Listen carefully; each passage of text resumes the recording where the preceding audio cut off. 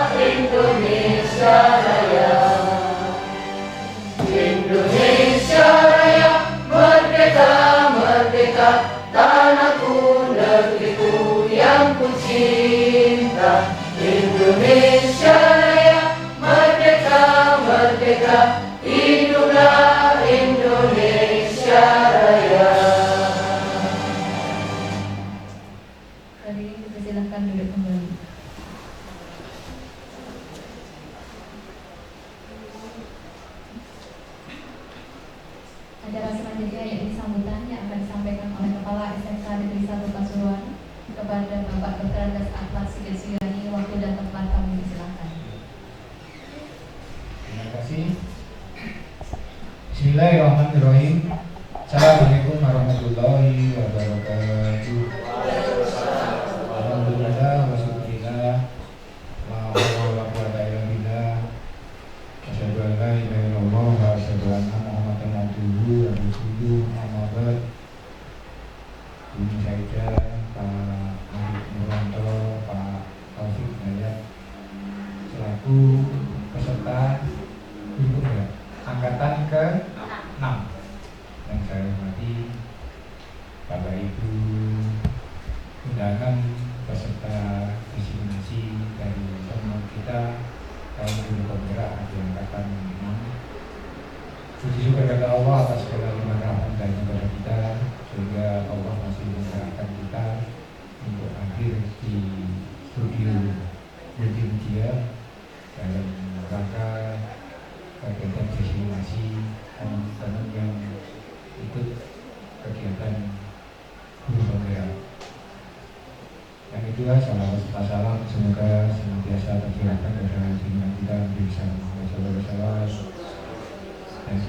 semua yang menambahkan sahabat dan ibu yang lain, Bapak Ibu guru dan peserta desiminasi guru penggerak angkatan dharma ini. Mohon maaf agak terlambat ya tadi karena ada undangan di luar sehingga jam 13.30 bisa berkumpul bersama teman-teman sekalian. Yang pertama saya ucapkan terima kasih atas pelaksananya kegiatan desiminasi bagi teman-teman peserta guru penggerak angkatan dharma ini. Dengan harapan apa yang diperoleh dari selama kegiatan pendampingan guru penggerak, baik itu secara luring dari LPM ini,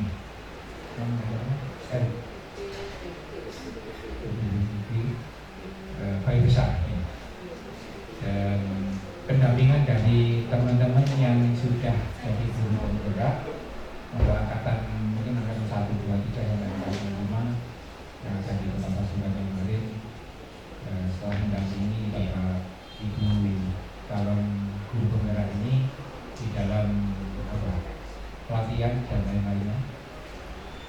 Bertanya bukan mengjoni Bapak Ibu sekalian yang mau ikut kegiatan ini memang banyak menyita waktu, walaupun pakai daring, tapi tugasnya banyak.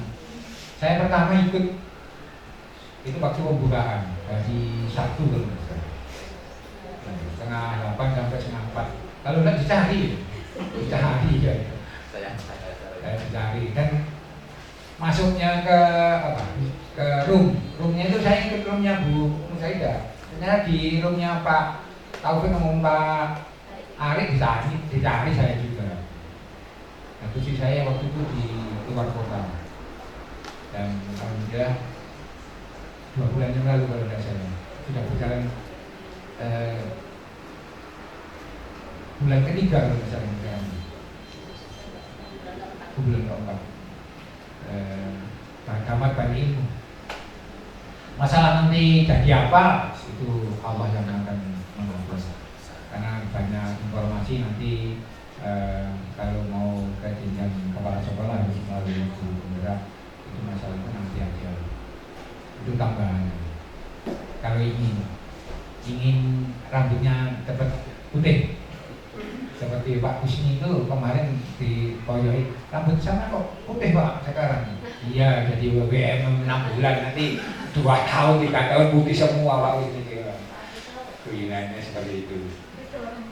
Bapak Ibu sekalian yang sangat saya hormati, tadi sekilas dari materinya Pak Arif tentang disiplin positif, ada disiplin negatif. Disiplin negatif.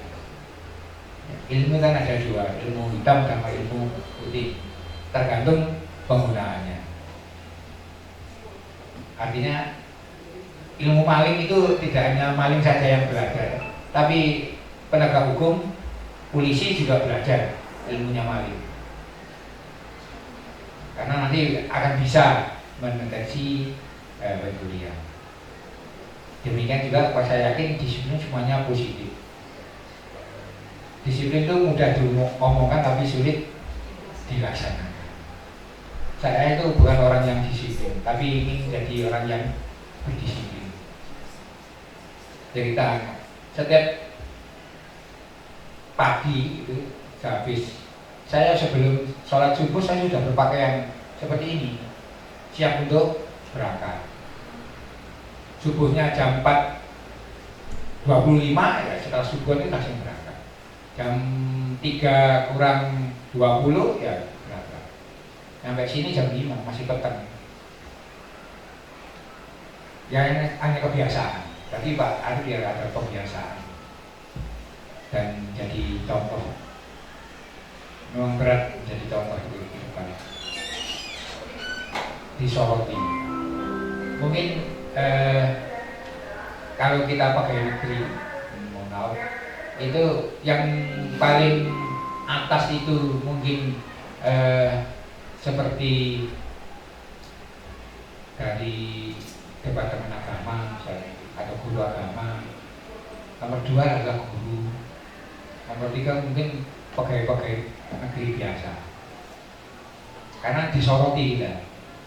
Nanti melakukan kesalahannya hampir sama dengan dilakukan oleh pegawai lainnya, tapi konotasinya sudah beda. Ngopi pagi-pagi pakai seragam korpri, guru dengan pegawai kecamatan beda kan. Isu-isu ngopi, tapi kalau gurunya ditambahi, ya apa muridnya nanti kan gitu jadinya. Jadi agak beratnya di kita di pendidik seperti itu. Bapak Ibu sekalian yang dihormati, angkatan pertama di SMK Negeri 1 Pelajar adalah angkatan ini Bapak Ibu sekalian, yaitu Bu Musaidah, Bu Pak Ari dan Pak Taufik untuk angkatan pertama khusus di SMK Negeri 1 Pasuruan. Angkatan ke-7 kalau tidak salah Bu Mega Clara. Kamu enak Pak. Bapak lalat ini kali ya. Oke, mudah-mudahan nanti mengikuti teman-teman yang lainnya.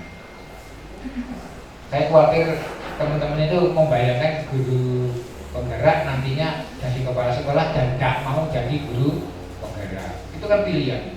Nanti kalau mau jadi kepala sekolah, ibaratnya setengah SIM itu sudah dipegang tangan. Kalau mau jadi kepala sekolah. Tapi kalau nggak mau jadi kepala sekolah, nanti Bapak Ibu sekalian bisa menularkan ilmunya kepada teman-teman yang lainnya yang tidak jadi guru penggerak. Ya mudah-mudahan guru penggerak ini berkelanjutan. Karena nanti kalau nggak berkelanjutan, apa ini, semacam programnya Pak Mas Menteri itu bagus, kemudian ada pergantian pemerintahan, ganti lagi, hilang dari peredaran. Eman-eman. Seperti kalau waktu ada dari Bowie kemarin, PDC dari Bu siapa itu? Bu Penny. Saya kan ngomong school mapping itu bagus. Waktu itu sudah dijalankan 2 tahun 3 tahun lalu, seharusnya makin bagus, jadi tidak dilanjutkan, hilang.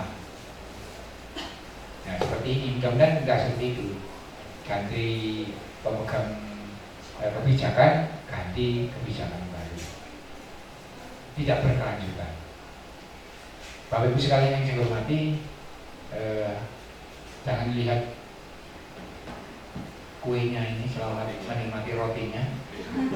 Belum dimonggah Pak Agus sudah membeli. Sudah. Iya, Bapak Ibu sekalian. Saya senang dengan adanya teman-teman yang ikut guru penggerak ini karena nanti membawa ilmu yang baru pada teman-teman yang lainnya dan juga virus kebaikan selama pelatihan dan ujian-ujiannya bisa tertulari pada Bapak Ibu yang lainnya.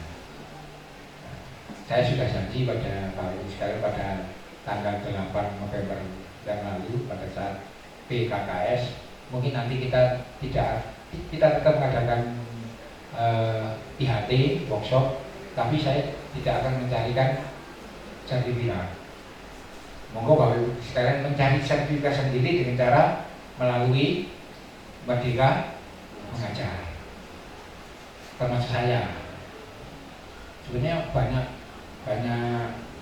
waktu luangnya saya daripada Bapak Ibu sekalian. Tapi malasnya itu yang agak sulit dilalui. Instalasi WiFi sudah ada di sekolah kita, nanti Bapak Ibu sekalian bisa memanfaatkan. Nanti saya minta tolong pada Bapak untuk cerita, misalnya Bu Nani sudah ikut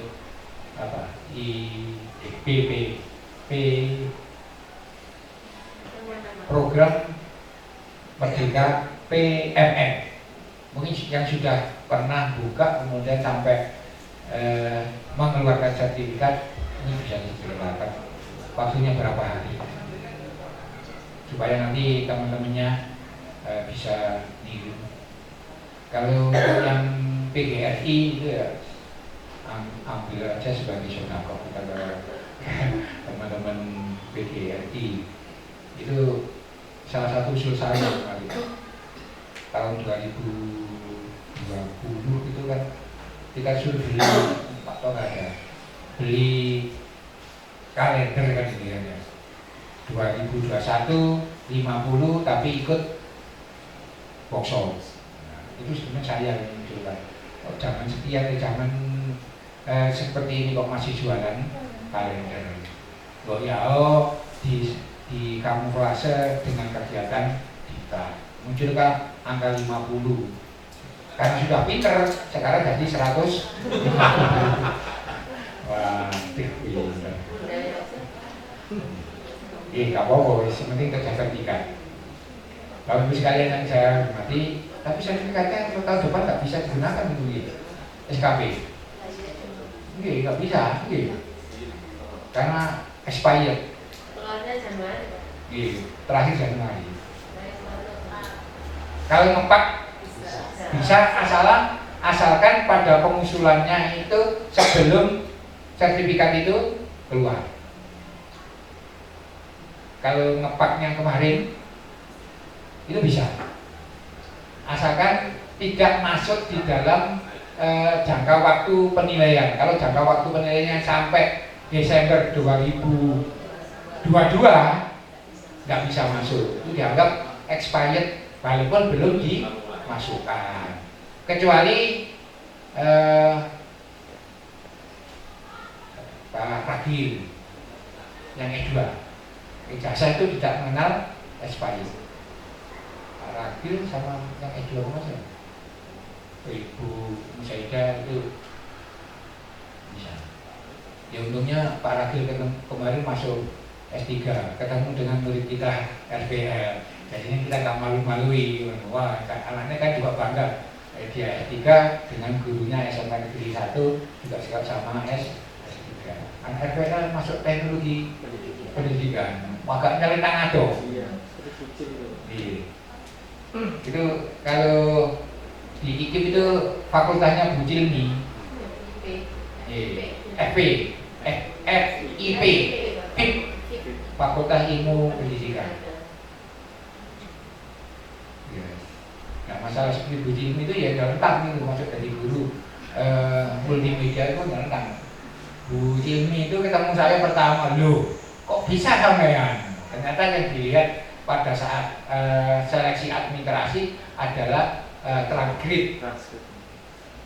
Transkripnya ada multimedianya.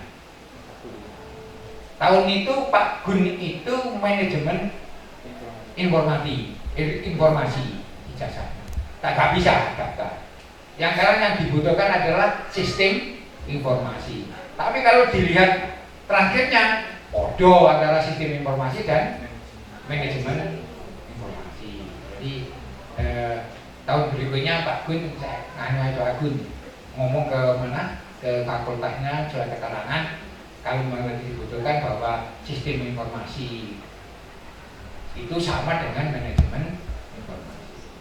Alhamdulillah tahun keduanya tahun 2010 bisa. 2011 kan nggak ada.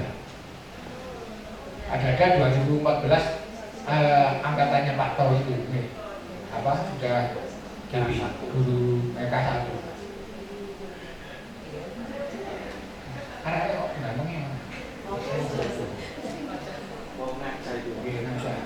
karo lek gurune nang kene. Demikian Bapak sekalian, sekali lagi selamat pada Bapak Arif Marwanto, Bu Musaidah, Pak Taufik Hidayat telah melakukan destinasi budaya positif. Guru penggerak angkatan ke-6. Mudah-mudahan kebaikan virus-virusnya nanti tertular pada kita. Saya sebenarnya ini mau ikut guru penggerak angkatan ke-8, tapi karena lihat umur saya sudah hampir pensiun 3 tahun saya nggak jadi. Mau ikut itu supaya mendorong Pak Panan tuh ikut. Saya supaya melok. Seperti apa BCC kemarin sebetulnya ya sudah ada saran saya. Tapi karena mendorong teman-teman ikut ya ikutnya kan hanya dapat sertifikat peserta apa workshop sudah di download untuk SKP. Demikian Bapak Ibu sekalian yang bisa saya sampaikan, walaupun nanti ada tiga narasumber di sini budaya positif hari ini, jangan mikir hanya 2 kotak ya. Nanti terlalu jajannya main loro, nanti ada mie ketiga ya. Saya mohon dengan sangat tertib, jangan keluar masuk biar dapat mie ya. Tadi Bu siapa? Bukannya sekolah saya mau ke belakang iya mau aku kerambat gitu Bapak Ibu sekalian. Sekali lagi terima kasih atas kehadirannya Pak Luis sebagai peserta destinasi budaya positif ini, dan Pak Taufik, Bu Saida dan Pak Ari. Oh yang S2 itu yang tidak expired, yang terakhir Pak Ali sama Pak Edi itu nggak kenal expired. Kalau sekarang sudah terlanjur dinaikkan ke mana? Ke PAK, tahun depan mau ngepak dimasukkan masih bisa. Tapi kalau dibat ada expirednya. Demikian Bapak Ibu yang saya sampaikan, mudah-mudahan Allah selalu memimpin kita, memberikan kelancaran dan kesehatan pada kita keluarga besar terima kasih dan mohon maaf apabila tahu itu saya.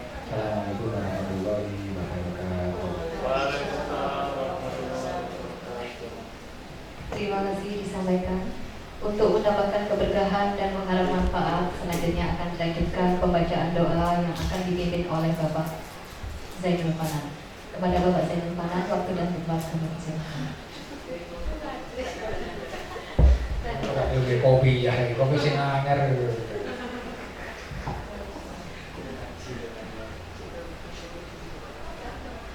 Assalamualaikum warahmatullahi wabarakatuh. Marilah kita berdoa semoga apa yang disampaikan oleh ketiga narasumber bisa bermanfaat dan memompa kita bersama untuk mengikuti jejak beliau. Dan ini aku dengan insyaallah khalifah.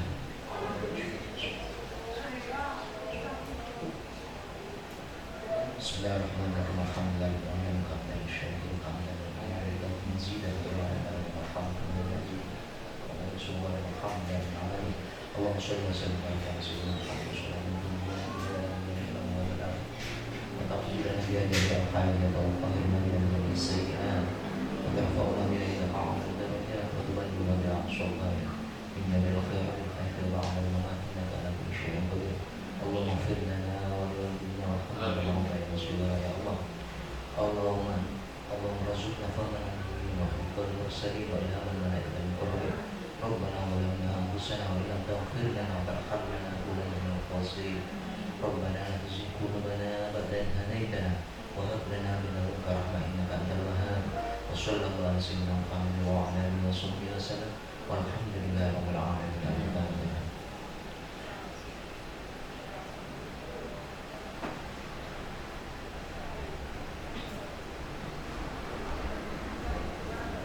Amin ya rabbal alamin. Bapak Ibu hadirin yang berbahagia, demikian tadi serangkaian acara pembukaan diseminasi penerapan budaya positif dari para calon guru penggerak yang pada hari ini telah kita laksanakan bersama dan berjalan dengan lancar. Kami mohon hari ini tidak beranjak karena acara akan dilanjutkan dengan acara inti, yakni diseminasi.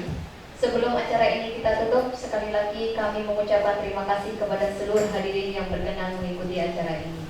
Dan semoga acara diseminasi hari ini memberikan manfaat bagi kita semua dan juga mendorong motivasi dan inovasi kita sebagai guru sehingga bisa mencerdaskan generasi penerus bangsa. Rasanya enak masakan opor, dibawa mama pergi ke kantor. Guru penggerak adalah pelopor, bergerak bersama jadi inisiator.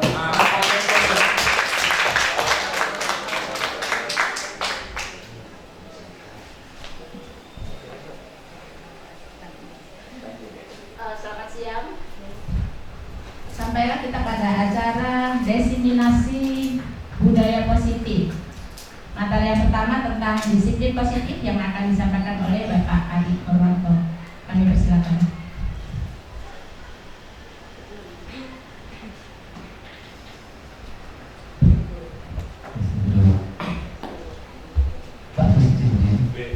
Oke, Assalamualaikum warahmatullahi wabarakatuh. Alhamdulillahirabbil alamin wassalatu wassalamu ala asyrofil anbiya'i wal mursalin wa ala alihi wasahbihi ajmain. Yang saya hormati Bapak Sigit selaku Kepala SMKN Negeri 1 Pasuruan. Yang saya hormati Bapak Agus selaku Wakaguru. Yang saya hormati pula Bapak Ibu guru pengajar di SMKN 1 Pasuruan. Oke, langsung saja hari ini saya akan menyampaikan tentang budaya positif. Di sini adalah hal yang mungkin sangat penting bagi kita semuanya, bahwa kami bertiga di sini, saya, Bu Musaidah, kemudian Pak Taufik, ini CGP, calon guru penggerak. Jadi masih calon guru penggerak angkatan ke-6, di mana di sini sebenarnya banyak hal yang harus kami lakukan di sekolah ini, terutama yaitu mulai dari nanti kolaborasi dengan kepala sekolah, dengan pihak-pihak guru-guru juga. Sebentar.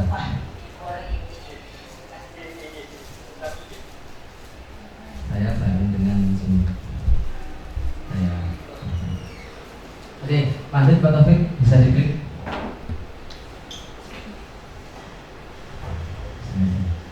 Oke, lanjut lagi. Oke, banyak mungkin Bapak Ibu guru di sini peminatnya masih sedikit karena saat ini masih ada 4 guru penggerak. Padahal di sini pemerintah program guru penggerak ini adalah program unggulan pemerintah. Kenapa? Karena inilah sebuah paradigma pembelajaran yang terbaru.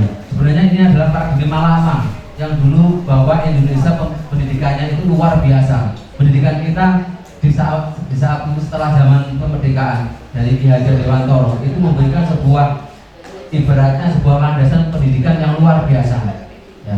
Di sini kita nampak bahwa Ki Hajar Dewantoro mungkin dari sebelum merdeka sampai kemudian merdeka, dan ini juga dipakai dalam landasan pendidikan kita.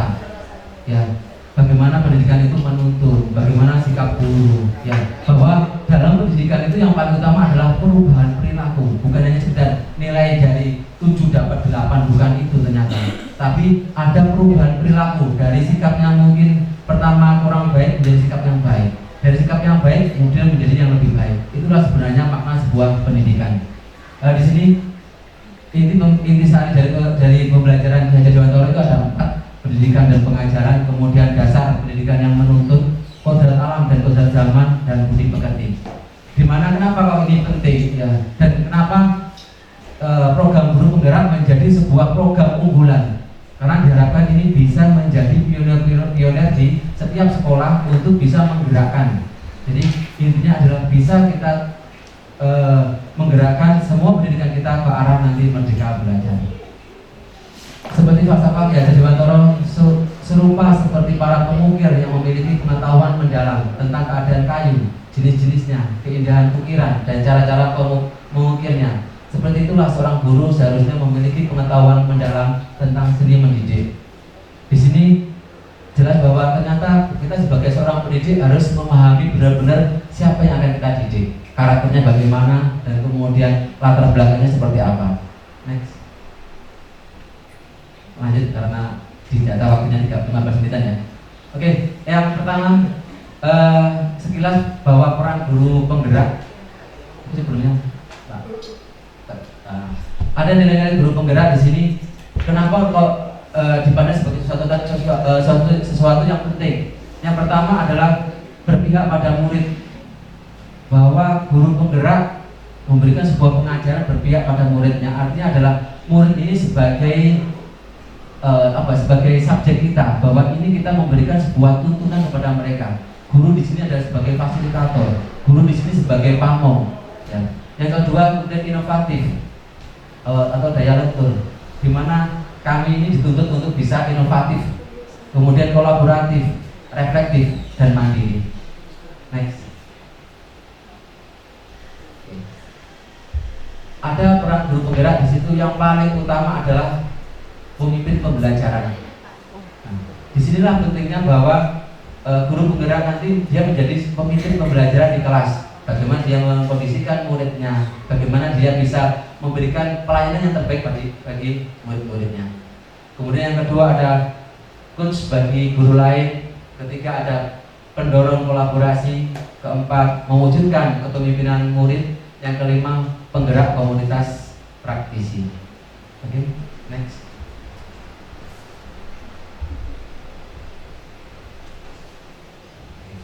Sebelum ke budaya positif, perlu juga kita akan memperhatikan kultur dari Pasuruan. Ini saya masukkan di sini. Kenapa? Karena di setiap daerah itu memiliki hal yang sangat berbeda. Mungkin Pasuruan dengan Malang, dengan Surabaya, dengan Madiun dan sebagainya, dia punya kultur yang berbeda. Disinilah pentingnya bahwa filosofi Ki Hajar Dewantara memperhatikan kodrat alam dan kodrat zaman, di mana setiap daerah itu memiliki kultur yang berbeda. Di sini yang akan membawa sebuah karakter yang berbeda. Jadi mungkin siswa kita di sini akan memiliki karakter yang berbeda dengan siswa di daerah lain. Yang pertama di sini saya rekap ada 5 hal penting di Pasuruan. Yang pertama adalah Pasuruan terkenal dengan kota santri, kemudian kota pendekar, kota industri logam steel, kota mebel dan kota nelayan. Next. Kota santri ya. Ini yang selalu digaung-gaungkan di sini dan paling tidak di sini memiliki ciri yang berbeda. Kota santri di sini hampir mirip karakternya dengan daerah Jombang dan daerah Ponorogo. Juga hampir memiliki slogan yang sama, yaitu kota santri. Di mana di sini bahwa kebiasaan setiap sore atau malam dari murid-murid kita itu rata-rata mereka mengaji di masjid terdekatnya atau mungkin pondoknya seperti itu. Dan kebiasaan di sini pun juga akhirnya membawa kultur yang berbeda di sekolah-sekolah. Rata-rata kita mungkin di SMK kita di sini kalau pagi membaca surat-surat pendek, kemudian membaca ayat suci Al-Quran, itu menunjukkan sebuah budaya-budaya yang positif yang berkaitan dengan kota santri. Kemudian di situ ada sholat berjamaah. Saat ini masih zuhur sama asar karena memang waktunya di situ. Kemudian ada kebijakan khusus dari wali kota kita bahwa ada 1 libur di saat Haul Kiai Hamid. Itu juga ciri yang membedakan dengan daerah lain. Kemudian ada slogan kota Madinah, Pasuruan Resik. Kemudian ada infak Jumat. Nah, di sini juga kita juga ada kebiasaan memberikan nasi bungkus yang biasanya dilakukan oleh siswa-siswi teman-teman kita yang dari OSIS. Kemudian ada juga istighosah, yasinan, kemudian al-bajari, hadrah, qasidah dan sebagainya. Oke, next. Kota pendekar, ya. Pasuruan punya ciri khas sendiri. Di sini ada namanya Kampung Mancilan, yang walaupun ini berusaha untuk sama pihak wali kota digaungkan ya, bahwa Pasuruan ini punya ciri khas bahwa mereka adalah punya kebudayaan pencak silatnya. Apa yang di sini yang mempengaruhi? Rata-rata kalau ada acara hajatan, entah pernikahan, sunatan, itu ada tampilan pencak silat. Ini yang juga membedakan dengan daerah-daerah lain. Kalau mungkin di sebelah saya di Trenggalek nggak ada seperti itu. Mungkin di Malang juga tidak ada. Tapi di sini kalau ada manten atau sunatan itu ada pertunjukan pencaksilat. Jadi tidak hanya ada orkes tapi juga pencaksilat. Oke, next. Oke. Kota mebel. Ya. Pasuruan di awal dikenal dengan kota mebel. Ini juga sebenarnya mempengaruhi banyak dari bentuk murid kita. Awal dulu dari sejarah banyak murid-murid yang tidak mau melanjutkan sekolah tetapi dia lebih cenderung ingin bekerja. Nah, jadi industri mebel kita dari zaman penjajahan itu luar biasa dan sangat terkenal. Ini nanti bergabung dengan pelabuhan kita yang terkenal ya, walaupun sekarang saat ini sedang mengalami pasang surut yang luar biasa. Dan sangat aneh sekali bahwa di Pasuruan SMK-nya tidak ada jurusan yang berkaitan dengan perkayuan. Ini juga sebenarnya sebuah hal yang kemudian mengalami kemunduran, bahwa dulu permebelan ini menjadi sesuatu yang menjadi ikonnya Pasuruan, saat ini pun sudah mulai tenggelam Ya karena apa? Karena pendidikan kita tidak mengarah untuk melestarikan permebelan, sehingga lama kelamaan dan lambat laun tergeser oleh kota atau kabupaten yang lainnya. Next. Oke. Kota nelayan. Kalau kita lihat sejarah dan mungkin juga masih membekas sampai saat ini, bahwa Pasuruan ini merupakan pelabuhan terbesar di zaman Majapahit. Bahkan kapal besar pun sampai masuk ke Sungai Gembong hingga sampai ke Kebun Agung. Kebun Agung itu merupakan pasar yang puncak perdagangan sampai nanti di wilayah pelabuhan. Di situ sangat ramai sekali, hampir semua perdagangan larinya ke sana. Barang-barang murah dulu terkenalnya di Pasuruan. Ya. Bahkan kita bisa merasakan ketika mencari barang-barang BM atau black market atau apa, itu larinya ke Pasuruan. Saya sempat tahun 2002 ketika masih kuliah, itu mencari barang, itu lari ke Pasuruan. Padahal saya kuliahnya di Surabaya, nyari black market, tapi ternyata sampai sini pun juga nggak dapat apa-apa. Hanya karena terkenalnya ada barang murah di Pasuruan, nyari ternyata tidak dapat. Ya sama seperti itu. Dan di sini pun juga kultur ini masih terbawa sampai saat ini. Ya ada kegiatan lalu sesaji itu yang biasanya nanti diikuti oleh beberapa siswa-siswa kita. Kemudian ada petik laut, kemudian penanaman mangrove dan sebagainya. Ini juga memberikan sebuah budaya ataupun kebiasaan yang nanti akan memiliki ciri khas yang berbeda dengan kota atau kabupaten yang lain. Oke, next. Terakhir kota industri logam. Ya. Pasuruan sangat terkenal dengan industri logamnya. Ya. Dulu tadi, sekarang sudah mulai tenggelam. Ya. Jadi dari industri tersebut mulai lambat laun sekarang sudah mulai turun. Ya, dampaknya pun tetap masih kalau kita lihat di daerah Kampung Mayan atau kampung-kampung yang lain, di daerah mungkin banyak kita kenal sebagai daerah lor-loran, itu sangat rapat penduduknya karena memang di situ dulu adalah daerah industri, sehingga sampai saat ini membawa juga kebiasaan atau mungkin budaya yang berbeda ketika masuk di setiap sekolah. Rata-rata setiap sekolah ketika masuk misalkan SMP atau SMK ini selalu memberikan sebuah perlakuan yang khusus dengan murid-murid yang berasal dari daerah lor-loran seperti itu. Next. Oke. Ada sebuah yang perlu kita pikirkan ketika mendengar kata disiplin. Apa yang terbayang di benak panjenengan semuanya ketika ada kata disiplin? Bapak, saya isi sebentar. Oke. Apa yang terlintas di benak panjenengan ketika mendengar kata disiplin? Kebanyakan orang akan menghubungkan kata disiplin dengan tata tertib, teratur, dan kepatuhan pada peraturan. Padahal kata disiplin juga sering dihubungkan dengan hukuman. Padahal itu sungguh berbeda, karena belajar tentang disiplin positif tidak harus dengan memberikan hukuman. Justru itu adalah salah satu alternatif terakhir dan bila perlu tidak digunakan sama sekali. Oke, next. Ada choice theory atau misteori tentang makna kontrol atau makna disiplin. Di sini kita cenderung bahwa di sini saya tulis ilusi guru mengontrol murid. Ya, seolah-olah kita sepertinya bisa mengontrol murid, padahal mungkin tidak. Kemudian seolah-olah bahwa semua penguatan positif efektif dan bermanfaat. Ini adalah sebuah ilusi. Mungkin juga kita bisa bayangkan, apakah betul bahwa penguatan positif bisa bermanfaat? Kemudian ilusi bahwa kritik dan membuat orang merasa bersalah dapat menguatkan karakter. Ini biasanya pelajarannya guru BK ya. Apakah betul bahwa dengan kita memberikan kritik itu bisa menguatkan karakter? Semua adalah sebuah ilusi. Kemudian ilusi bahwa orang dewasa memiliki hak untuk memaksa. Ya. Kenapa saya bilang ilusi? Karena sebuah kedisiplinan bukan ditentukan dari hal itu semuanya. Oke, next.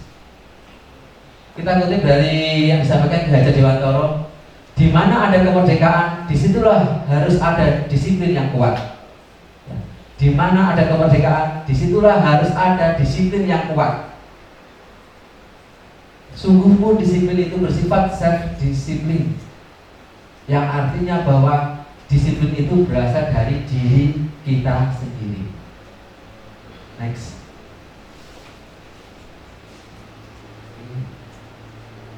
Ada 5 posisi kontrol, insya Allah nanti akan dilanjutkan oleh Bapak Taufik karena ini langsung ke materi berikutnya ya. Mungkin saya hanya menjelaskan sedikit bahwa kita sebagai pendidik punya 5 fungsi kontrol. Yang pertama, rata-rata kita selalu bersikap sebagai seorang penghukum. Yang kedua, membuat merasa bersalah. Yang ketiga, teman. 4, memantau, manajer, dan yang terakhir manajer. Oke, next Pak Taufik. Langsung di halaman terakhir.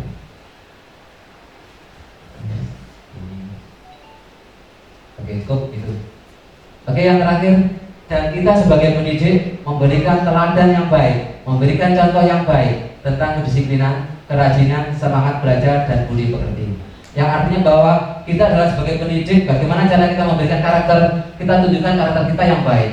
Karena dengan memberikan hal yang terbaik bagi murid kita, insya Allah murid juga akan meniru hal yang baik bagi dirinya sendiri-sendiri. Oke, terima kasih. Kurang lebihnya mohon maaf. Wassalamualaikum warahmatullahi wabarakatuh.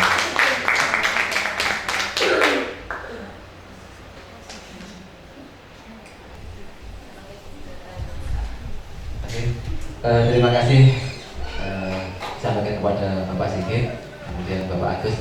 Selanjutnya saya di sini sebagai moderator. Kita melanjutkan ke materi selanjutnya, yaitu yang kedua, yaitu keyakinan kelas yang akan disampaikan oleh Bapak Taufik Hidayat. Kepada beliau dipersilakan.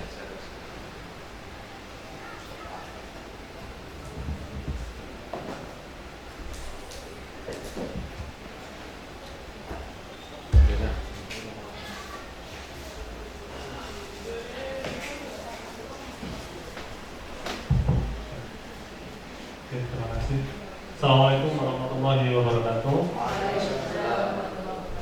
Yang terhormat Bapak Kepala Sekolah SMK Pasuruan, Bapak DRS Sigit Ahmad Sigit Suyani, SSTMT, Bapak Agus selaku Wakil Kurikulum, dan Bapak Ibu Guru peserta diseminasi budaya positif di Pasuruan yang saya hormati. Pertama-tama marilah kita panjatkan rasa puji syukur kita kepada Allah Subhanahu wa Ta'ala karena pada siang hari ini kita diberikan kesehatan sehingga mengikuti acara pada siang hari ini. Salam serta salam semoga tetap tercurah kepada beliau di dunia kita Nabi Muhammad SAW yang telah membawa kita dari jalan yang terang-benderang, dari jalan yang gelap gulita menuju ke jalan yang terang-benderang, dari jalan yang Islam. Bapak Ibu yang saya hormati, pada kesempatan hari ini saya akan mencoba untuk memberikan sedikit atau sharing ilmu terkait apa yang sudah saya peroleh di pendidikan guru penggerak ini terkait dengan keyakinan kelas. Seperti yang sudah dijelaskan pada materi pertama tadi, sebenarnya keyakinan kelas ini tidak jauh dari kata disiplin atau budaya disiplin di dalam kelas. Di dalam misalkan tadi seperti yang sampaikan awal tadi, kalau kita mendengar kata disiplin, yang terbenak pada pikiran kita, kata disiplin adalah tertib, kemudian tepat waktu. Jadi seperti itu. Jadi disiplin itu adalah hal-hal yang berbau hal positif. Ya. Next.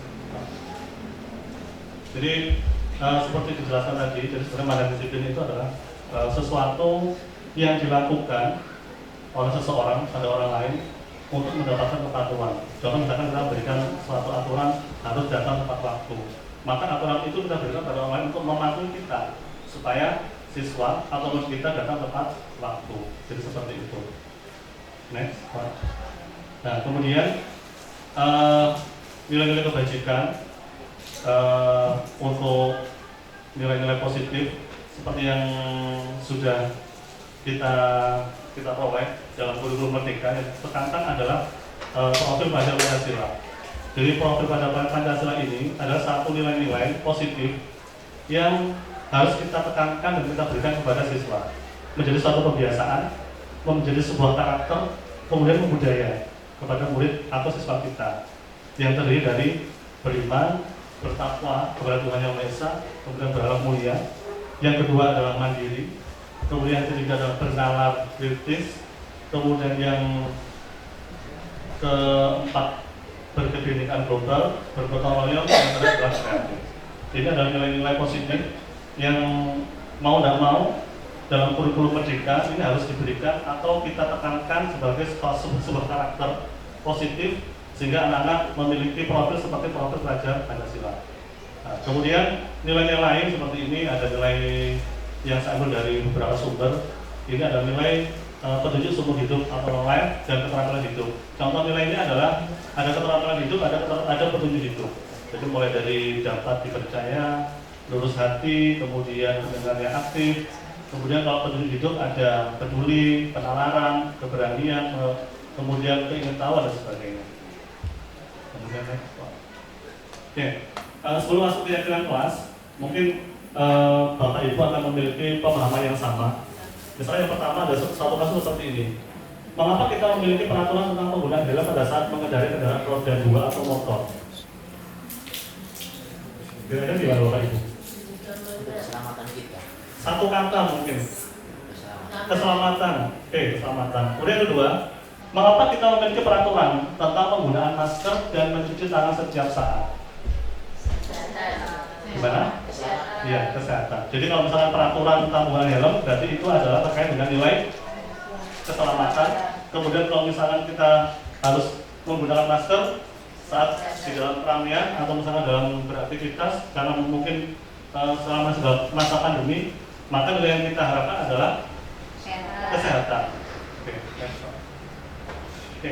Jadi nilai-nilai mulai dari nilai keselamatan, kemudian nilai kesehatan itu adalah yang dimaksud dengan suatu keyakinan. Bapak Ibu mungkin percaya kalau misalkan saya menggunakan helm itu adalah untuk keselamatan saya. Percaya kan, Nggih? Berarti ada suatu keyakinan. Misalkan Bapak Ibu dalam masa pandemi COVID seperti ini harus menggunakan masker. Bapak Ibu percaya bahwasanya kalau saya menggunakan masker maka saya akan sehat. Nah, nilai-nilai seperti itu yang dimaksud dengan namanya keyakinan. Jadi nilai-nilai kebajikan universal yang disepakati secara tersirat dan tersurat lepas dari latar belakang suku, negara, bahasa maupun agama itu yang disebut dengan namanya keyakinan. Nah, kemudian bagaimana penerapannya dengan di kelas? Nah, seperti ini. Next, Pak. Nah, kemudian sekarang mungkin kita akan memiliki pemikiran apa bedanya dengan peraturan. Kok ada keyakinan kelas, ada peraturan lalu kan seperti itu kan, Jadi yang sering kita gunakan di sekolah kita adalah suatu peraturan kelas, tapi bukan keyakinan. Ya, jadi mengapa kok keyakinan kelas yang kita gunakan dalam peraturan? Nah, seperti ini. Next, Pak. Nah, jadi kalau keyakinan kelas ini bersifat lebih abstrak, kemudian daripada peraturan yang kalau peraturan itu lebih rinci dan konkret. Contoh misalkan ada peraturan sekolah harus datang tepat waktu. Misalkan dilarang membuang sampah sembarangan, seperti itu.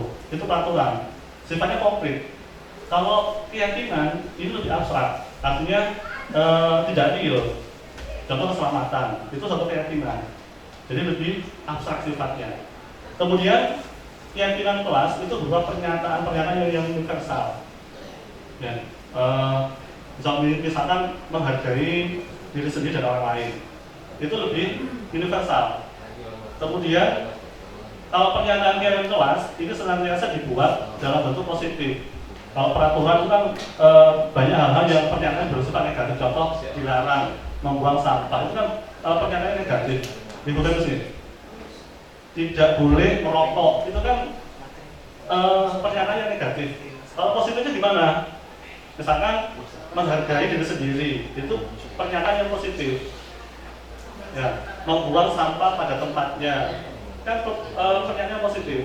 Itu bedanya antara peraturan dengan keyakinan. Sehingga apa? Sehingga anak-anak itu akan yakin, oh ternyata kalau membuang sampah pada tempatnya itu bukan hal yang benar. Atau misalnya ini, Berarti kalau misalnya kita bisa menghargai diri sendiri, kita akan bisa disiplin. Contoh, kalau kita bisa menghargai diri sendiri, siswa tidak akan datang terlambat. Kalau dia menghargai diri sendiri, mungkin dia akan mengerjakan tugas tepat pada waktunya, karena dia yakin karena menghargai diri sendiri itu adalah hal yang penting dan dia meyakini seperti itu. Kemudian keyakinan kelas ini sebenarnya tidak terlalu banyak, jadi mungkin ambil poin-poinnya saja sehingga mudah diingat dan dipahami oleh semua warga kelas. Kemudian keyakinan kelas itu sebagai sesuatu yang dapat diterapkan di lingkungan tersebut. Jadi kenapa keyakinan itu sifatnya universal? Karena semua orang bisa melakukan hal itu.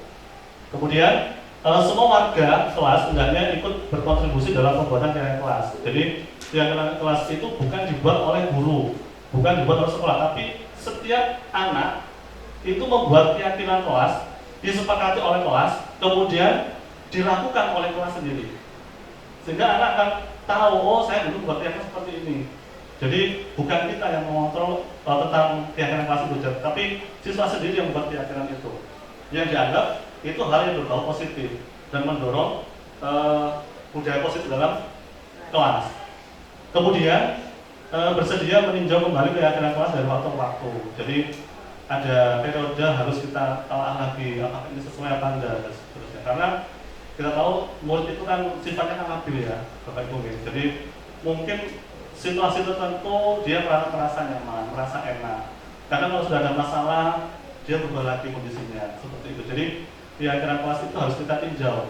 Nah, dari waktu misalkan atau tiap bulan lah, atau 2 bulan sekali, atau dalam 1 semester misalkan paling tidak tiap semester kita tinjau keyakinan tiap kelas itu. Next. Nah ini contoh keyakinan kelas Bapak Ibu. Jadi contohnya seperti ini. Misalnya keyakinan kelas 1. Setiap anggota kelas perlu belajar. Ini kan pernyataannya positif. Kalau yang negatif bagaimana? Wajib harus. Itu kan peraturan yang harus ditaati kan ya. Kemudian setiap anggota kelas perlu senang. Nah, ini kan anak sendiri yang buat keyakinan itu. Karena bisa saja anak itu datang dalam kondisinya dalam keadaan tertekan, lapar dan sebagainya. Jadi sebelum pelajaran mungkin perlu dibuat setiap keyakinan kelas, anak sebelum pelajaran harus senang dulu. Bagaimana caranya? Nyanyi-nyanyi, dan sebagainya seperti itu. Kemudian contoh lagi yang contohnya selalu bersikap positif. Positif itu berarti kan itu hal yang abstrak, Bapak Ibu ya. Jadi tidak positif. Bersikap positif itu adalah sesuatu yang abstrak, artinya universal dalam banyak hal. Jadi bertindak positif dalam banyak hal. Misalkan kita harus menghargai teman, tidak boleh misalkan ada barang teman itu tidak boleh langsung diambil. Misalkan menemukan sesuatu pun jangan langsung diambil. Misalkan diambil pun ya harus diganti kepada yang punya dan seterusnya. Itu sikap positif yang bersifat universal. Kemudian kalau keyakinan yang lain bisa seperti ini, bisa menjadi sebuah pernyataan. Misalkan kamu meyakini bahwa sangat penting untuk menghormati semua orang dan barang milik orang lain. Ini bisa dijadikan suatu keyakinan kelas. Nah, kalau misalkan keyakinan kelas ini bisa diterapkan dalam kelas, ya insya Allah anak akan tahu, ingat, ternyata kalau misalkan saya ngambil barang orang lain, ini bertentangan dengan keyakinan kelas kita, seperti itu. Misalkan kalau saya membuli teman saya, berarti hal yang saya lakukan itu tidak sesuai dengan keyakinan kelas kita. Karena keyakinan kelas kita adalah harus menghargai orang lain, gitu kan ya. Ini adalah keyakinan kelas.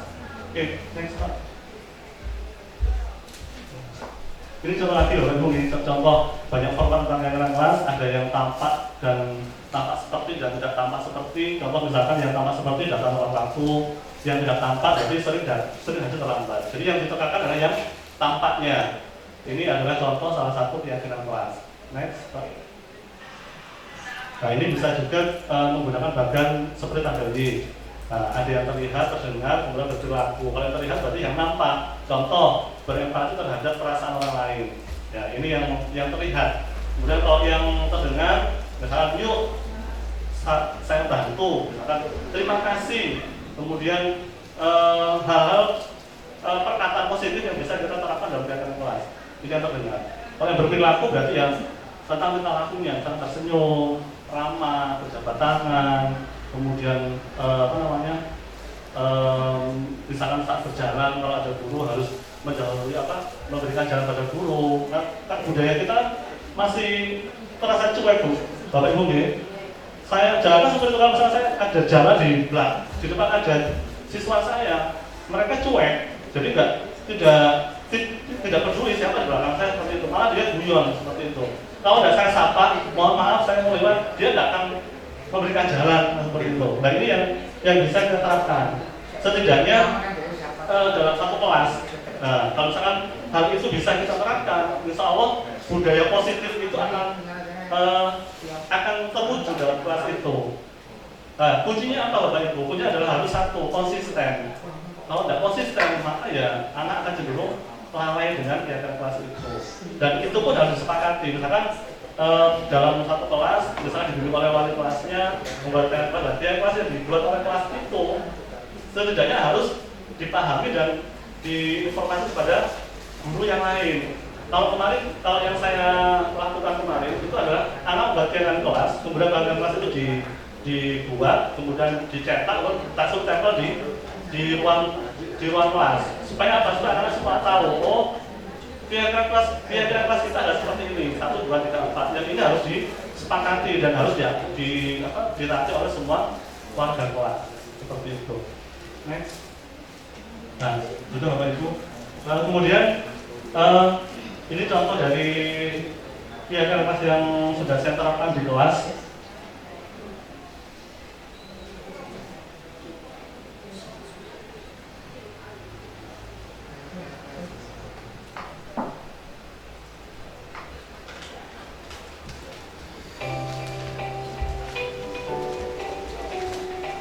Bapak Ibu, ini contoh penerapan saya di kelas. Kebetulan saya ngajar di kelas 10 teknik 3.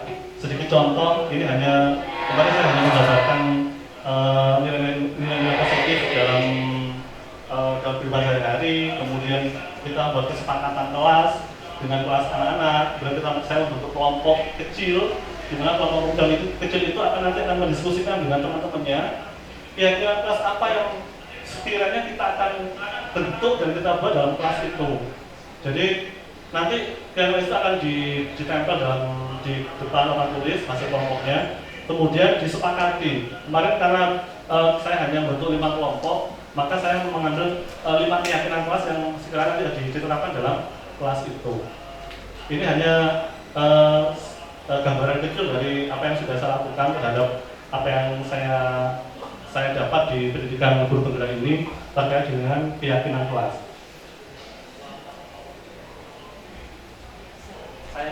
Saya ini kecil dulu ya. Ini kemudian ini saya menjelaskan tentang nilai-nilai universal, kemudian bentuk kelompok, kemudian ini anak-anak berdiskusi kelompok membuat satu keyakinan kelas. Satu kelompok saya suruh buat 5 keyakinan kelas. Nanti dari beberapa keyakinan kelas itu nanti diambil 5 saja keyakinan kelas. Kemudian nanti keyakinan itu harus diterapkan. Itu harus diterapkan.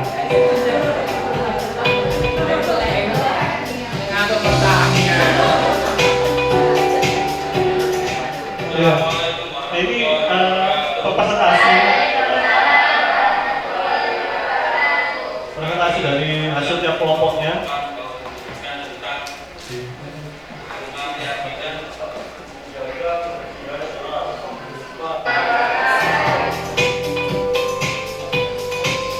Nah, ini kemarin yang disepakati di kelas TK3. Saya ini kan hanya mencoba Bapak Ibu ya. Saya berharap kegiatan ini akan terbawa oleh anak-anak dalam semua pelajaran dan semua pengajar. Karena kemarin saya hanya di proyek B5 saja, tidak mengajar di Mapel. Kemudian saya coba membuat kegiatan seperti itu, dan pertemuan berikutnya alhamdulillah anak itu ada perubahan. Artinya karena di situ harus menghargai diri sendiri, maka anak-anak cenderung lebih peduli dengan temannya. Kemudian datang tepat waktu, itu pun kalau misalkan tidak tepat waktu, ini anak sudah tahu konsekuensinya apa. Jadi harapannya dengan nilai kelas ini budaya positif, nilai positif kita akan tertanam pada siswa, kemudian menjadi suatu kebiasaan sehingga menjadi sebuah karakter yang baik di siswa nantinya. Seperti itu. Jadi, terima kasih Bapak Ibu. Ini yang bisa saya sampaikan. Kurang lebihnya saya mohon maaf karena waktunya sudah terbatas. Nanti akan dilanjutkan oleh pemateri yang ketiga. Saya akhiri, kurang lebihnya saya mohon maaf. Assalamualaikum warahmatullahi wabarakatuh. Oke, disampaikan terima kasih kepada Bapak Taufik yang telah menyampaikan materinya dengan sangat lugas dan gamblang. Oke, selanjutnya materi yang ketiga yaitu tentang restitusi, ya, akan disampaikan oleh Ibu Musaidah. Kepada beliau dipersilakan.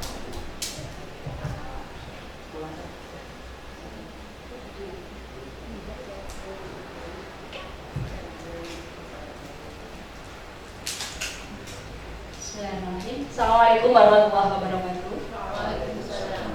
Terima kasih atas waktunya. Yang terhormat Bapak Dr. Andes Ahmad Sigit Suyani SSDMT, Bapak Agus, Bapak Ibu Ketua Kompetensi Keahlian Perwakilan, kemudian Bapak Ibu guru yang telah berkenan meluangkan waktunya untuk mengikuti acara diseminasi hari ini.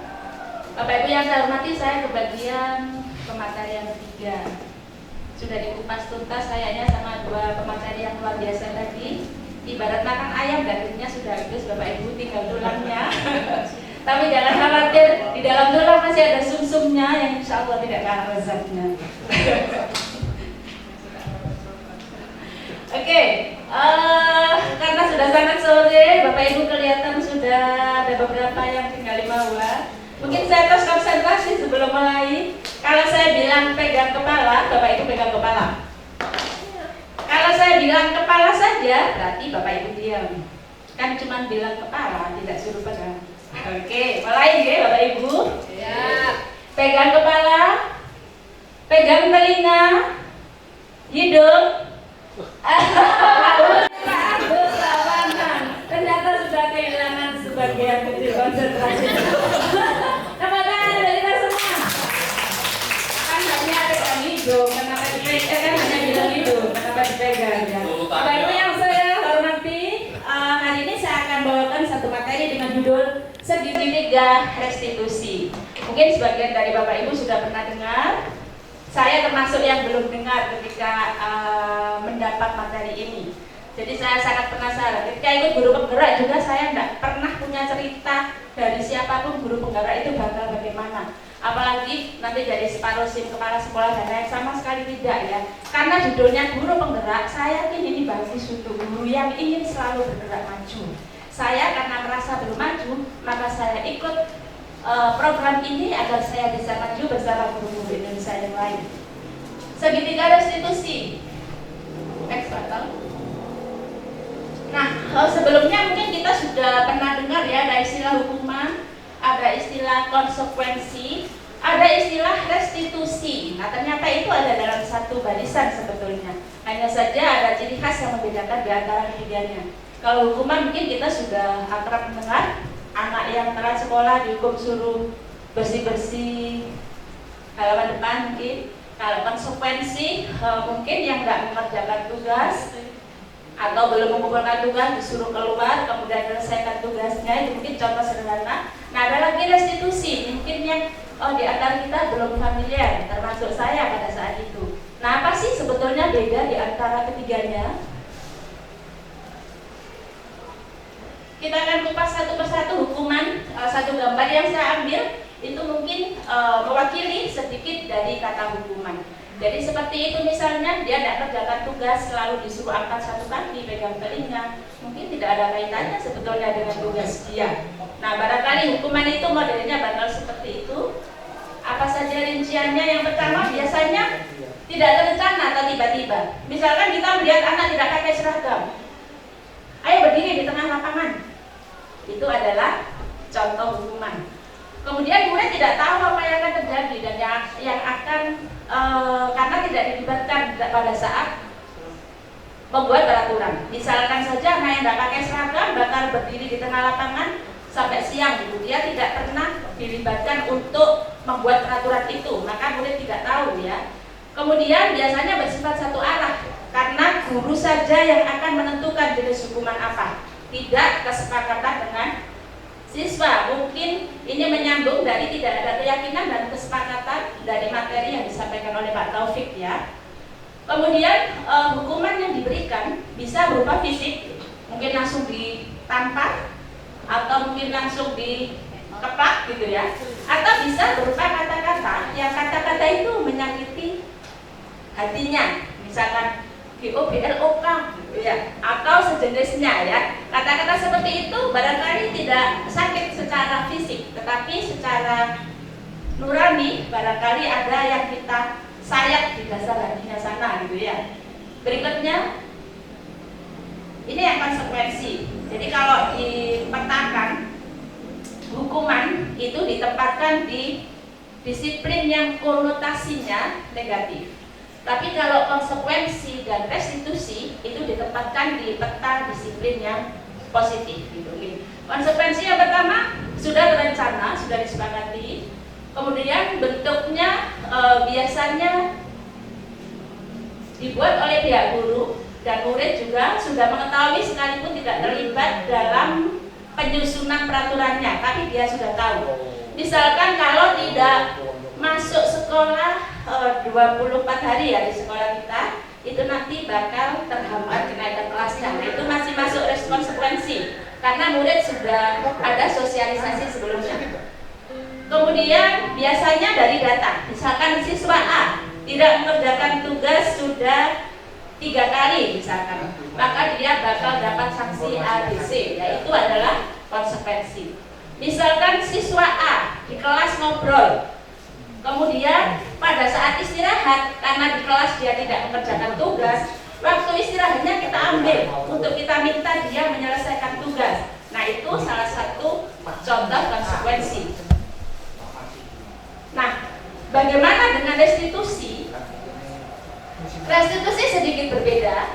Jadi restitusi ini proses menciptakan kondisi bagi murid untuk memperbaiki kesalahan mereka sehingga mereka bisa kembali pada kelompok mereka dengan karakter yang lebih kuat. Saya ambil ini dari pendapatnya Gosen di tahun 2004. Kemudian Charlson di tahun 1996 menyatakan bahwa restitusi itu proses kolaboratif yang mengajarkan murid untuk mencari solusi masalah mereka. Jadi bedanya ada diskusi antara kita dengan pembuat kesalahan dalam tanda kutip. Pembuat kesalahan dalam tanda kutip, kalau keyakinan kelasnya sudah dibuat berarti pelanggar keyakinan kelas. Berikutnya. Kemudian ini disarikan dari buku Retyping Discipline Using Restitution edisi ketiga masih oleh Diana Goset, bahwa restitusi itu bukan untuk menebus kesalahan, namun untuk belajar dari kesalahan. Jadi maksudnya tidak sekedar, sebetulnya di dalamnya ada penebusan kesalahan, tapi lebih banyak untuk belajar dari kesalahan. Kemudian restitusi itu tidak merenggangkan hubungan, tapi memperbaiki hubungan. Restitusi sifatnya tawaran, bukan paksaan. Kemudian restitusi itu lebih menuntun anak untuk melihat ke dalam dirinya. Jadi benar enggak sih yang dia lakukan itu salah? Jangan-jangan dia merasa itu benar dari sisinya dia, tapi dari sisinya kita salah. Lalu restitusi itu berusaha mencari kebutuhan dasar yang mendasari tindakan. Karena biasanya anak melanggar keyakinan kelas, saya mungkin tidak menyebutnya sebagai melakukan kesalahan, biar nyambung sama yang disampaikan Pak Taufik. Anak yang melanggar keyakinan kelas itu biasanya ada kebutuhan dasar yang tidak terpenuhi. Nanti akan saya sampaikan kebutuhan dasar itu apa saja. Kemudian restitusi itu akan membalikan murid yang berbuat salah pada kelompoknya lagi dalam keadaan relatif baik. Next, Pak. Nah, setiap orang melakukan perilaku itu biasanya ada motivasi. Kita berupaya untuk anak itu misalkan tidak melanggar keyakinan kelas itu dari motivasi intrinsiknya dia, bukan untuk menghindari ketidaknyamanan atau hukuman, bukan untuk mendapatkan imbalan atau penghargaan dari orang lain, melainkan karena dia ingin menghargai dirinya sendiri dengan nilai-nilai yang dia percaya baik. Nah, alasan yang ketiga itu biasanya akan relatif panjang usianya ketimbang kalau hanya menghindari hukuman atau mengharapkan imbalan dan penghargaan orang lain. Saya sambung dengan contohnya Pak Taufik, mungkin orang pakai helm. Kalau hanya takut pada polisi, maka ketika tidak ada polisi, kira-kira pakai helm apa enggak? Enggak ya. Atau di jalur-jalur yang enggak ada polisi, sudah tidak memakai helm karena kan hanya takut sama Pak Polisi. Lain kalau untuk keselamatannya dia, maka dimanapun di jalan dia akan pakai helm. Nah, ini kebutuhan dasar manusia yang kalau tidak terpenuhi akan cenderung membuat orang melakukan pelanggaran keyakinan kelas. Yang pertama, kebutuhan bertahan hidup atau survival, kebutuhan rasa diterima, kebutuhan akan kesenangan, kebutuhan akan kebebasan, dan kebutuhan akan penguasaan. Kalau salah satu di antara 5 ini tidak terpenuhi, maka seseorang akan cenderung melakukan penyimpangan atau pelanggaran keyakinan kelas. Ini mungkin terlalu kecil untuk dibaca, tapi sudah saya uraikan. Ini mungkin judulnya aja Pak, kembali ke slide sebelumnya. Nah, ini yang saya bilang petanya, kalau hubungan itu melekat identitas kegagalan, tapi kalau disiplin, konsekuensi, dan restitusi itu melekat di peta identitas sukses. Next. Nah, ini dia segitiga restitusi.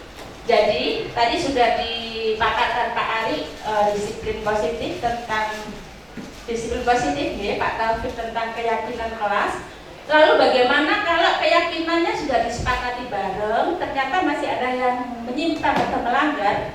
Ini salah satu cara untuk menyelesaikannya, dikenal dengan istilah segitiga restitusi.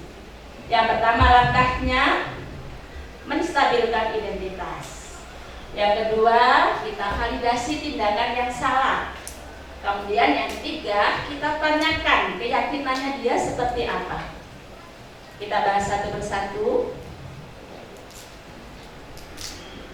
Stabilize the identity atau menstabilkan identitas. Tujuannya adalah anak yang gagal karena melakukan kesalahan tadi bisa tetap berpulang menjadi orang yang sukses.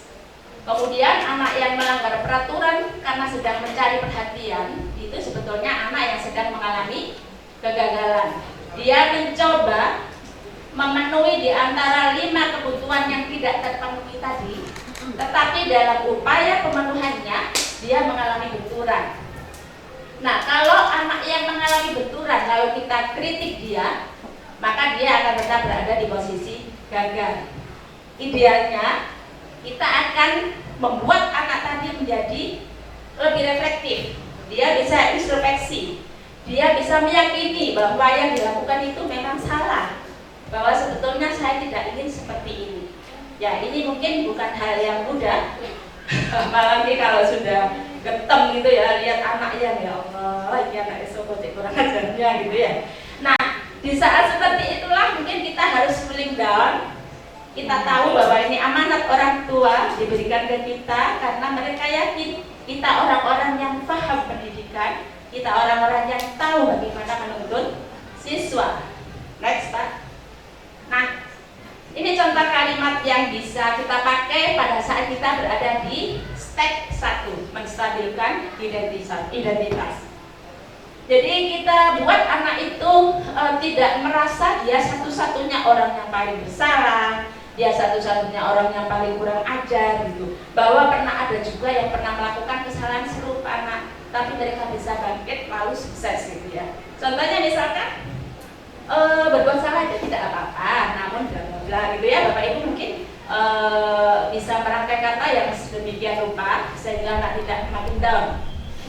Kemudian tidak ada manusia yang sempurna, atau orang yang baik itu bukan orang yang tidak pernah melakukan kesalahan, tapi mereka yang pernah juga berbuat salah lalu menyadarinya dan tidak mengulanginya. Itu mungkin beberapa contoh atau feedback. Kemudian step yang kedua, validasi tindakan yang salah. Nah, di tahap ini kita berusaha mengorek dari siswa yang melakukan kesalahan, apa sih sebetulnya alasan dibalik tindakan yang dia lakukan. Kemudian kita berusaha mencari tahu sebetulnya bagian kebutuhan dasar mana sih yang belum terpenuhi dari si anak, sehingga memungkinkan untuk kita bantu. Lalu yang ketiga, tadi sudah disinggung sedikit, ada teori kontrol ya Pak Ari, bahwa setiap tindakan manusia baik atau buruk itu sebetulnya punya tujuan. Nah, tujuannya itu mungkin yang perlu kita geser. Kalau menurut nilai-nilai kebajikan umum, tujuan itu tidak pas. Next. Ini beberapa contoh kalimat yang bisa kita pakai. Misalkan ada anak tawuran sudah menghantam kiri kanan. Nah, padahal kamu sebetulnya bisa loh membuat dia lebih parah dari pukulan yang pertama. Kenapa tidak kamu lakukan? Mungkin dengan begitu anak akan ngomong, nanti saya takut di penjara Bu, nanti saya takut dilaporkan ke polisi Bu. Mungkin seperti itu. Kemudian di tahap ini tadi kita berusaha untuk membuat anak menyadari dengan sendirinya. Meskipun sebetulnya kita bisa langsung tunjukkan, bisa juga kamu itu bla bla bla bla gitu ya.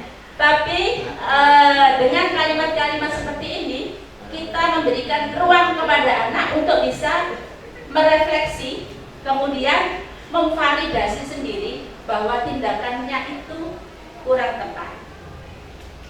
Next, step ketiga dari pendidikan restitusi adalah menanyakan keyakinan, seek the belief.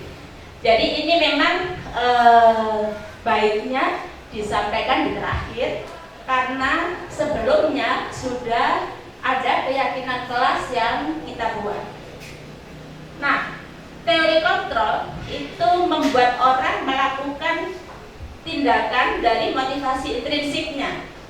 Motivasi intrinsik itu keyakinan dirinya untuk ingin menjadi lebih baik, mungkin keyakinan dirinya untuk bahwa kerjanya adalah ibadahnya, bukan sekadar ingin dipuji tetangga sebelah, ingin dipuji pimpinan, bukan juga takut dihukum nanti kena SPWNN atau nanti kalau didata kemudian resensinya jelek lalu dipampangkan. Itu masih wilayah motivasi eksternal.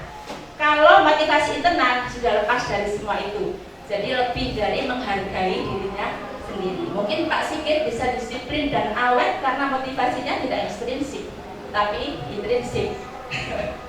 Lalu berikutnya, ini contoh beberapa kalimat yang bisa kita pakai. Misalkan apa kita tanyakan, apakah yang percaya sih bahwa keyakinan kelas dan keluarga yang dibuat itu sudah benar? Kamu ingat enggak sama keyakinan yang kita buat? Ke depan kamu ini jadi orang seperti apa sih? Ini itu beberapa contoh kalimat, Pak. Ya, nah kalimat-kalimat itu tentu tidak akan berpengaruh banyak kalau gestur kita, intonasi kita saat menangani anak-anak tidak mendukung. Jadi pertanyaannya reflektif, tapi gesturnya tidak bersahabat, atau intonasinya flat, atau bahkan menanjak. Nah, jadi gestur, intonasi, dan bunyi kalimatnya mungkin harus saling mendukung.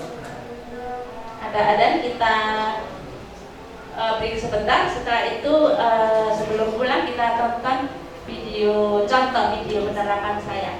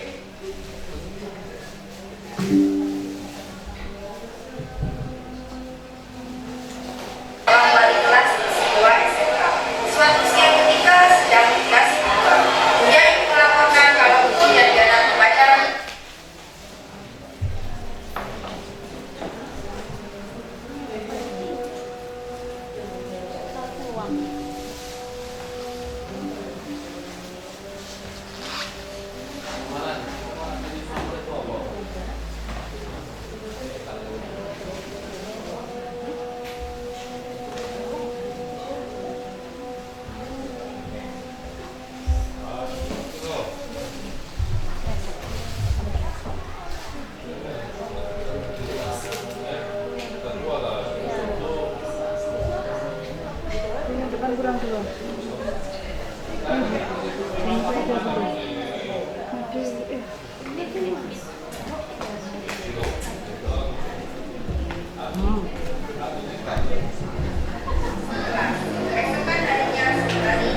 Ibu, terima kasih Mas Sigit, ini support dengan beliau. Salah satu upaya untuk membuat peserta bahagia.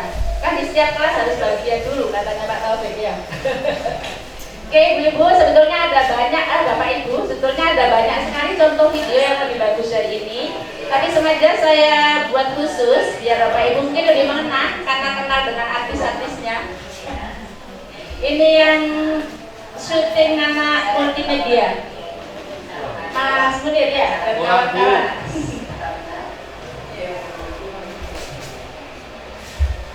Kalau tidak kelihatan, apa bisa diceritakan bagaimana? Pak tahu, kurang model. Sisi yang dulu sebagai saya. Jadi gini Bu, waktu itu waktu pergantian jam, dia itu belum masuk ke dalam kelas. Saya itu merangkul pundaknya dia. Di sana Iya. di sebelah mana? Di tempat Bu saya. Bukannya sebelahnya di sini radio ya? Dia pindah ke depan gitu. Terus dia yang mendatangi ini berarti awalnya dia tugas sama saya, terus saya udah terus lalu awalnya tangan kaki itu diperiksa, lalu merangkul saya. dan Diana membiarkan ibu sampai dari masuk dan melihat semua itu. Terus setelah ini kira-kira kalian akan melanjutkan pacaran atau kalau kita kalian berapa pacarannya? Kalian saling mencintai? Seusia kalian ini memang biasanya sudah mulai tumbuh perasaan ketertarikan dengan lawan jenis. Itu normal ya. Tapi mungkin kalian masih ingat bagaimana butir-butir kesepakatan yang berlaku di sekolah kita terkait pacaran ini. Ya Bu, seharusnya kita tidak pacaran di sekolah. Dia nanti bagaimana? Saya juga bisa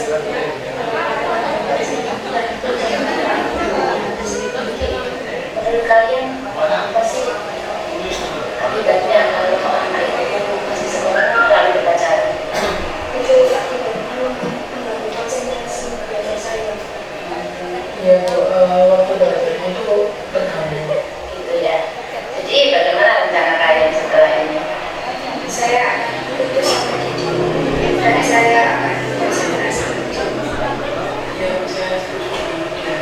Kalau kalian yakin bisa mengendalikan perasaan ketertarikan kalian, karena kalian setiap hari satu kelas. Kami yakin kami akan berteman seperti biasa. Ya Bu, kami usahakan. Oke, saya percaya kalian berdua. Terus bagaimana ya pernikahan kalian? Kami akan berteman. Saya tadi lihat ya dari setelah itu kalian bisa berteman. Makan ya, sambil catatan tadi dari bulan lagi ya.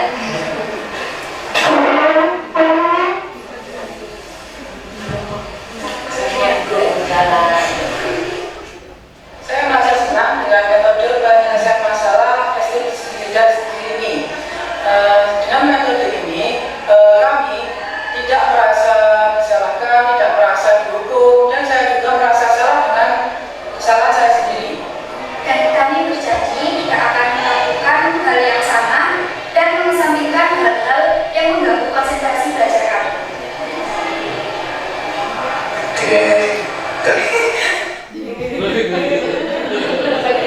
Saya tampilkan satu video saja karena waktunya mungkin sudah waktunya pulang. Terima kasih saya sampaikan kepada seluruh pendukung video tersebut, anak-anak multimedia ya. Tapi kok saya kayak melihat Pak Arik sama Bu Nur Aini ya, apa Pak Taufik sama Bu Lilis yang ketangkap di kampus. Sebenarnya saya kepingin wawancara, apa dulu diperlakukan begitu juga sama dosen. Apaan karo bola?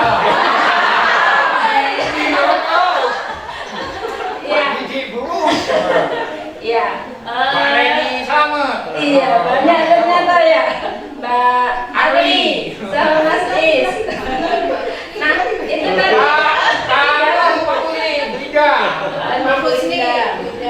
Saya tidak kenangan ya. Jadi itu tadi satu contoh anak yang tertangkap basah pada di kelas, dia ngerangkul kuda. Itu tidak sekedar acting Bapak Ibu ya. Jadi itu saya ambil dari kisah nyata sebetulnya, hanya saya ganti artisnya.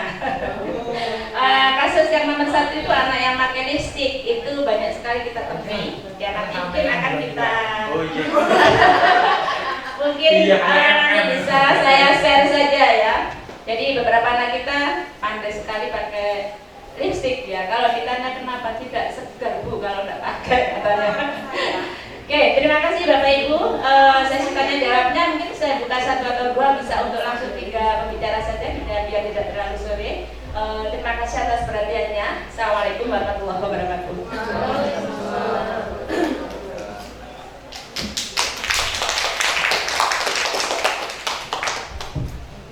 Terima kasih Bu Ida. Monggo saya lanjut ke sesi pertanyaan. Mungkin satu pertanyaan Bapak Ibu nih yang mewakili dari pertanyaan-pertanyaan Bapak Ibu yang lain. Mungkin ada pertanyaan. Monggo. Kami persilakan.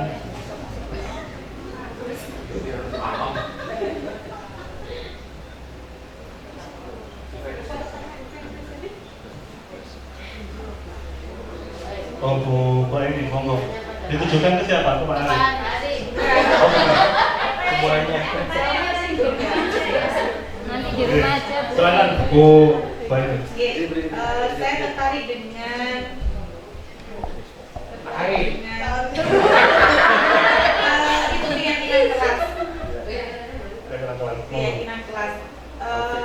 Mungkin bisa dijelaskan langkah-langkahnya bagaimana supaya kita bisa ngajak anak-anak untuk membuat keyakinan kelas itu. Soalnya kan kadang sekarang dilakukan seminggu 2 minggu kemudian hilang. Iya.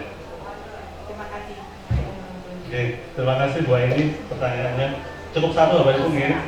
Saya coba untuk menjawab tentang pelaksanaan kegiatan kelas ini. Masih ada lagi 1. Oh, 1 lagi. Oh, oke, monggo silakan. Langsung 3 nggak apa-apa langsung. Iya, terima kasih. Karena saya juga masih belum sampai sana, jadi saya juga penasaran. Menarik sekali apa yang disampaikan oleh Pak Taufik tadi mengenai keyakinan kelas. Sebenarnya berhubungan juga dengan yang disampaikan oleh Bu Ida. Kalau saya tangkap dari pemaparan Pak Taufik tadi, ini seperti berbanding terbalik dengan peraturan kelas ya.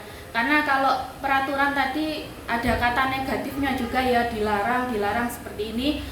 Sedangkan kalau keyakinan kelas itu lebih ke arah yang positif. Nah, di sini pertanyaan saya, apakah jika sudah ada keyakinan kelas ini, apakah peraturan kelas itu sudah tidak perlu? Kemudian apakah bisa jika keyakinan kelas ini menjadi sebuah keyakinan sekolah? Kemudian bagaimana jika keyakinan kelas ini tadi kan di kelas saja berarti Pak ya? Kalau dijadikan sebagai keyakinan sekolah itu bagaimana caranya? Kemudian indikatornya ini kan untuk keyakinan ini dibuat untuk menumbuhkan membuat sebuah kebiasaan-kebiasaan yang menumbuhkan karakter kepada anak untuk menciptakan karakter yang positif ini. Apakah indikator keberhasilan dari adanya keyakinan kelas ini? Dan yang terakhir tadi Bu Ida, saya kok kasihan kayaknya melihat pacaran tiba-tiba dia solusinya adalah putus Bu Ida. Saya itu kayak iya.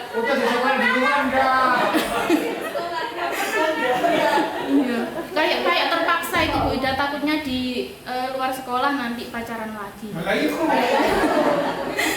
Terima kasih, mungkin itu saja pertanyaan saya. Terima kasih.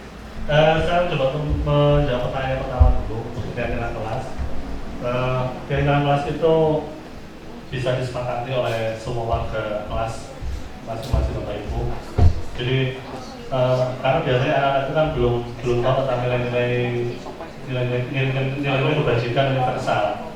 Contoh tentang terkait dengan seperti misalkan profil pelajar Pancasila itu hampir semua siswa itu belum memahami apa sih karakter yang terbentuk yang sesuai dengan profil pada Pancasila itu.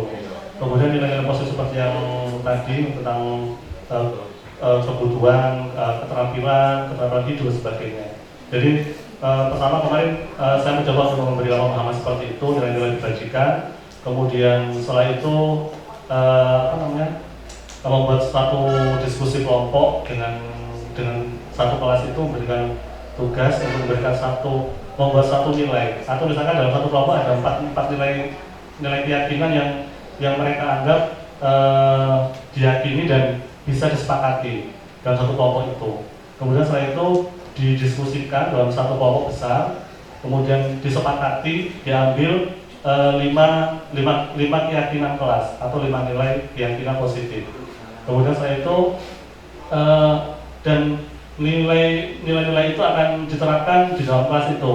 Jadi seperti contoh kemarin saya suruh untuk mencetak keyakinan kelas itu kemudian ditempel di kelas masing-masing. Kebetulan saya kemarin di Tekin 3 di kelas 10 Tekin 3. Entah kemarin sudah ditempel apa belum. Jadi saya kemarin saya coba kemarin itu hampir sudah 3 minggu yang lalu, Bu. Jadi sudah berjalan 3 minggu. Kemudian yang jelas ini artinya keyakinan kelas itu bisa diterapkan asalkan itu tadi harus konsistensi untuk memantau, sering-sering kita memantau. Kemudian karena kalau tidak ada konsistensi dalam penerapannya ya hilang. Ya percuma kita buat satu keyakinan kelas seperti itu. Artinya setiap minggu mungkin saat kita masuk kita ingatkan lagi tentang keyakinan kelas yang sudah dibuat di dalam kelas itu. Jadi seperti itu. Monggo yang lain. Oke, Pak. Saya tambahkan sedikit ya. Sebenarnya keyakinan kelas ini adalah istilah yang dipakai di kurikulum Merdeka. Kalau mungkin yang dulunya adalah tata tertib kelas atau yang kita biasanya peraturan kelas. Nah, kenapa kalau menggunakan istilah keyakinan? Ini keyakinan ini adalah sesuatu yang lebih dalam. Ya, kenapa? Karena ini ada sebuah keyakinan diri yang kemudian dibuat sebuah kesepakatan yang baru. Kenapa kalau tidak menggunakan peraturan keras? Nah, kecenderungan kita ketika menggunakan peraturan maka di situ seperti identik dengan sebuah hukuman, ada konsekuensi di situ. Jadi hukuman, konsekuensi berusaha kita hindarkan dengan sebuah istilah yang namanya keyakinan kelas. Kemudian selanjutnya keyakinan kelas di sini ya bisa nanti ketika kita membuat ke dalam lebih besar lagi yaitu keyakinan sekolah. Jadi istilah dari peraturan sekolah atau tata tertib sekolah bisa juga diganti dengan keyakinan sekolah, dengan harapan bahwa hal-hal yang berkaitan dengan hal kata-kata negatif tadi mungkin nanti dari guru bahasa Indonesia bisa merubahnya menjadi sebuah kalimat yang positif sehingga rasa dan bisa diterima oleh murid ataupun yang membacanya adalah punya nuansa yang positif seperti itu. Jadi keyakinan ini memang digaungkan di kurikulum saat ini Merdeka bahwa kita mencoba membuat sebuah keyakinan kelas atau keyakinan sekolah, bukan sebuah peraturan sekolah seperti itu. Terus lagi untuk restitusi tadi bahwa ingat bahwa restitusi adalah sebuah pilihan, jadi bukan sesuatu yang memaksa. Misalkan tadi ternyata kasihan siswanya harus putus dan sebagainya ya, itu adalah sebuah pilihan ya, yang artinya kita membuat sebuah solusi bahwa dalam melakukan sebuah tindakan itu tidak selamanya kita memberikan punishment atau konsekuensi, tetapi kita bisa memberikan sebuah pilihan, sebuah rasa bagaimana siswa atau murid itu diajak untuk berpikir, biarkan dia juga bisa merasakan bahwa yang dilakukan itu salah ataupun benar. Jadi seperti itu dia bisa merasakan, kita gugah kira-kira rasa mereka sehingga mereka bisa menyadari bahwa yang dia lakukan itu sesuatu yang benar ataukah sesuatu yang salah. Oke, terima kasih. Mungkin kurang lebihnya mohon dimaafkan. Terima kasih, saya tambahkan sedikit ya. Jadi kata-kata itu kata-kata dari guru terutama ya, itu begitu bermakna buat siswa. Barangkali kita terkadang sekedar lepas saja ya, tapi itu membekas sekali di siswa. Jadi kekuatan kata-kata itu luar biasa sebetulnya kalau kita mau memanfaatkannya dengan benar. Kemudian terkait restitusi, itu tadi saya sampaikan bahwa itu praktek real sebetulnya. Jadi itu yang keluar dari siswa sendiri dan saya sekalipun tentu ada scaffolding ya untuk dia bisa menyadari bahwa itu tidak bermanfaat ketika masih di sekolah. Tetapi kata-kata itulah yang keluar saat saya real menangani kasus seperti tadi. Jadi kalaupun kita tidak bisa menghandle mereka 24 jam, setidaknya 8-10 jam di kelas itu mereka bisa menjaga diri. Mereka tahu tempat, mereka tahu kepantasan. Terima kasih, itu saja tambahan dari saya. Pak Taufik, sambut. Cukup Bapak Ibu nih, karena waktunya sudah jam 3. Demikian yang dapat kami sampaikan tentang destinasi budaya positif di Kota Pasuruan. Mudah-mudahan apa yang kami sampaikan ini bisa diterapkan oleh Bapak Ibu menjadi ilmu baru, karena kita berbagi sharing ilmu. Kurang lebihnya kami mohon maaf yang sebesar-besarnya. Akhir kata, ihdinas siratal mustaqim. Wassalamualaikum warahmatullahi wabarakatuh. Pantun andalan nggak keluar. Burung ini yang burung cendrawasih. Cukup sekian. Terima kasih.